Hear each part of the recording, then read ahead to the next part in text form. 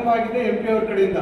M P ಅವರು ಹೇಳಿಕೆ ಕೊಡ್ತಾರೆ, ದಮ್ಮದಲ್ಲೂ ಸೇರ್ಕೊಂಡು ಸಂತರ್ಪ ತಗೊಂಡರು ಅಂದ್ರೆ ಅಲ್ಲಿ ಶಿಡ್ಲಘಟ್ಟ ಚಿಂತಾಮಣಿ ಇಬ್ಬರು ಸೇರ್ಕೊಂಡು ಇದು ಇಬ್ಬರದು ಮಾತಾಡಾದ್ಮೇಲೆ ಎಂ ಪಿ ಕಡೆಯವರು ಇರೋರು ಕೆಲವರು ಇದ್ರ ಸಬ್ಜೆಕ್ಟ್ ತೆಗೆದು ನಮ್ಮ ಕುಮಾರಸ್ವಾಮಿ ಅವ್ರ ಬಗ್ಗೆ ಮತ್ತು ನಮ್ಮ ಎಮ್ ಎಲ್ ಎ ಅವ್ರ ಬಗ್ಗೆ ತೀಕ್ಷ್ಣವಾಗಿ ಮಾತಾಡಿದ್ದಾರೆ.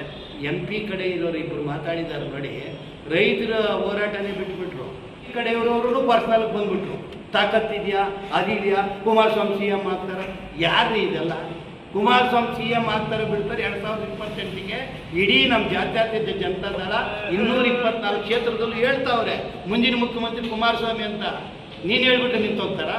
ನಾನು ಹೇಳ್ಬಿಟ್ರೆ ಆಗೋದಿಲ್ವಾ?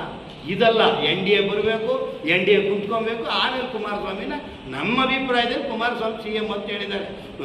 ನಮ್ಮವರೇನು ಹೇಳಿದ್ದು, ಕುಮಾರಸ್ವಾಮಿ ಅವರು ಬಂದ ಮೇಲೆ ಸಿ ಎಂ ಆದಮೇಲೆ ನಾನು ಇದನ್ನು ನ್ಯಾಯ ತನಿಖೆ ಮಾಡಬೇಕು ಅಂತ ಕೇಳ್ತೀನಿ ಅಂತ ಹೇಳಿದ್ದಾರೆ. ಆದರೆ ಆಗ್ಬಿಡ್ತಾರ ಅನ್ನೋದು ಅದಕ್ಕೆ ಅಲ್ಲಿಗೇನು, ಅಲ್ಲಿಗೆ ನಾವು ಒಗ್ಗಟ್ಟಾಗಿರೋದು ಬೇಡವಾ, ಎನ್ ಡಿ ಇರೋದು ಬೇಡವಾ? ನಿಮ್ಮ ಅಭಿಪ್ರಾಯ? ಎಂ ಪಿ ಅವ್ರು ಸುಮ್ಮನೆ ಇದ್ದಾರೆ. ಎಂ ಪಿ ಅವರು ಅವತ್ತು ಒಂದು ಮಾತಾಡಿದ್ಮೇಲೆ ಮಾತಾಡ್ತಾ ಇಲ್ಲ. ಅವ್ರ ಹಿಂದೆ ಇರೋರಿಗೆ ನಾನು ಎಚ್ಚರಿಕೆ ಕೊಡ್ತಾ ಇದ್ದೀನಿ, ಈ ದುರಹಂಕಾರ ಮಾತುಗಳು ದಯವಿಟ್ಟು ಆಡಬೇಡಿ, ತಪ್ಪಾಗ್ತದೆ. ಎನ್ ಡಿ ಎಲ್ಲಿರೋದ್ರಿಂದ ದುರಹಂಕಾರ ಮಾತುಗಳು ಆಡಿದ್ರೆ ತಪ್ಪಾಗ್ತದೆ. ನಮ್ಮ ಸಲ ಏನಾದರೂ ಈ ಮಧ್ಯದಲ್ಲಿ ಕುತ್ಕೊಂಡು ಸಿಕ್ಬಿಡ್ತು, ಪೇಪರು ಬೈಕ್ ಸಿಕ್ಬಿಡ್ತು ಅಂತ ಮಾತಾಡಿದ್ರೆ ಇದು ಸರಿಯಾಗಿರೋದಿಲ್ಲ. ಇಲ್ಲಿ ಕುಮಾರಸ್ವಾಮಿ ಅವರು ಹೇಳಿದ್ದಾರೆ ಸ್ಪಷ್ಟವಾಗಿ, ಎನ್ ಡಿ ಎದಲ್ಲಿರೋದ್ರಿಂದ ಭಿನ್ನಾಭಿಪ್ರಾಯಗಳು 100 ಬರ್ತವೆ. ಭಿನ್ನ ಜಾತಿಗಳನ್ನ ಒಂದಾಗಿರೋದ್ರಿಂದ ಸಂಸಾರ ಸುಲಭ ಆಗಲ್ಲ.